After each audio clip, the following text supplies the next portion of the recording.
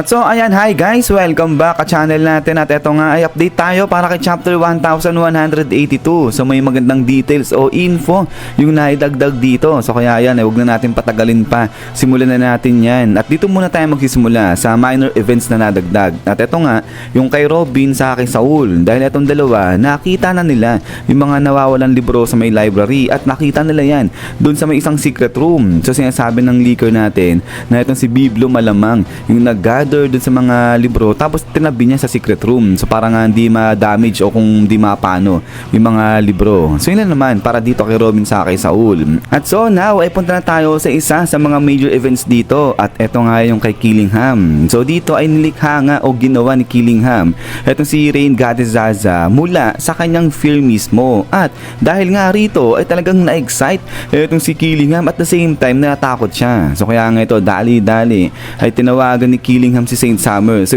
habang excited siya na natatakot, kinontak niya via Dendenmushi si Summer at sinabi niya nga dyan kung ano yung kanyang ginawa. At so dito ay sumagot nga itong si Summer, sabi niya nga dyan na ginawa ni Killingham yung si Rain Goddess Zaza kahit daw sila matatakot dyan. At ito ngayon tuloy ni Summer na peke man o tunay ang si Zaza, pero ang tanong, kaya daw bang kontrolin niya ni Killingham? So winawarning nga ni Summer itong si Killingham kasi nga raw mahirap talaga kontrolin yung goddess na yan. Pero yan, sumagot lang si Killingham. Sabi niya nga dyan na naniniwala siya na kaya niya namang kontrolin yung si Rain Goddess Zaza. Kasi after all, MMA lang naman daw yan At so dito na nga ngayon pinaliwanag ni Killingham kung bakit itong mga Celestial Dragons kasama na sila nila Saint Summer ay natatakot dito kay Rain Goddess Zaza. At so ito basahin natin saglit muna yung sinabi nga ng leaker natin dito. So sabi nga rito, ayan, Killingham explains that for the Tenryubito who were born in the lands above the rain clouds,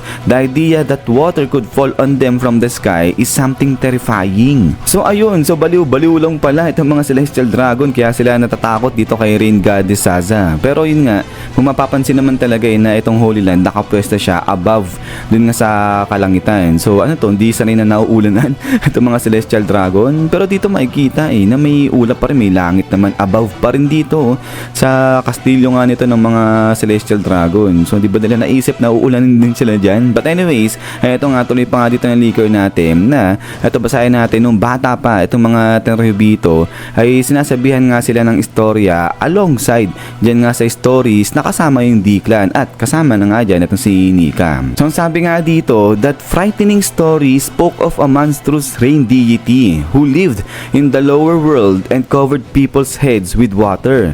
This deity appeared to the rhythm of rain rituals and its name was Zaza. So ang lupit, ang ganda ng story At so ayun, so dito malinaw na ito si Rain God Zaza ay naninirahan siya dito lang sa may ibaba nga kung saan nakatira itong mga Celestial Dragon. At siguro ang kinakatakutan nga rito nito ng mga Celestial Dragon kasi kino-cover daw ni Zaza yung ulo ng mga tao ng water. So lugi dyan itong mga Celestial Dragon kasi nga ayun yung ulo nila ay nasa loob ng parang aquarium na nga na to So kapag kinover ni Zaza yan, sigurado lunod patay itong mga Celestial Dragon. So baka yan, kaya natakot dyan itong Celestial Dragon kay Rain God Zaza. Pero ayun ngayon alam na natin kung bakit natatakot itong mga Celestial Dragons dyan nga kay Rain God Zaza. At ayun ay na-confirm na nga rin na hindi yung buong world government yung natatakot kay Zaza. Kung hindi, ito lang yung mga Celestial Dragons. But anyways, ay pagkatapos niyan, ito nga habang nag-uusap si Killingham sa si Summer, ay tinanong ni Summer yung patungkol rito kay Gunko. Sabi ni Summer, nakita daw ba ni Killingham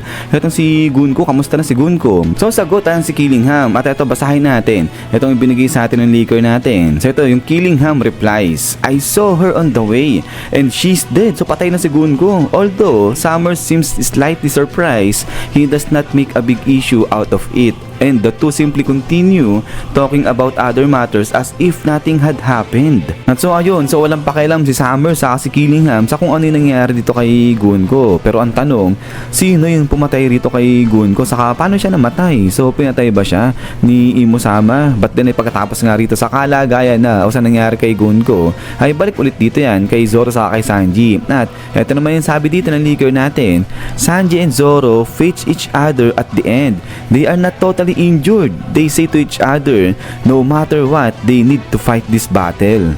So yun naman pala, hindi ganun katindi o ganun kalala yung natamong injury nito ni Zoro sa ni Sanji kasi ito they are not totally injured. So okay pa rin itong status ni Zol sa ni Sanji Boy natin. At yun nga, dito sa kanila matatapos itong chapter na to. But anyways nga, pagkatapos nga nito, is yan guys, so hanggang dito lang itong update natin para kay chapter 1182. So yun, sa paglubas na yung mga ron nito siguro ay itatry natin na i-summary. Yun nga, itong si chapter 1182. So pagsamasamahin natin yung mga nakakuha nating info dito. But anyways yun nga guys, ulit maraming salamat sa panonood dito kay One Piece natin. At ayun, kung trip nyo yung mga gatong update, discussion patungkol kay One Piece natin, ay huwag nyo kalimutan mag-subscribe. So yun na naman, so lagi mag-ingat. God bless nyo lahat at kita-kits tayo ulit.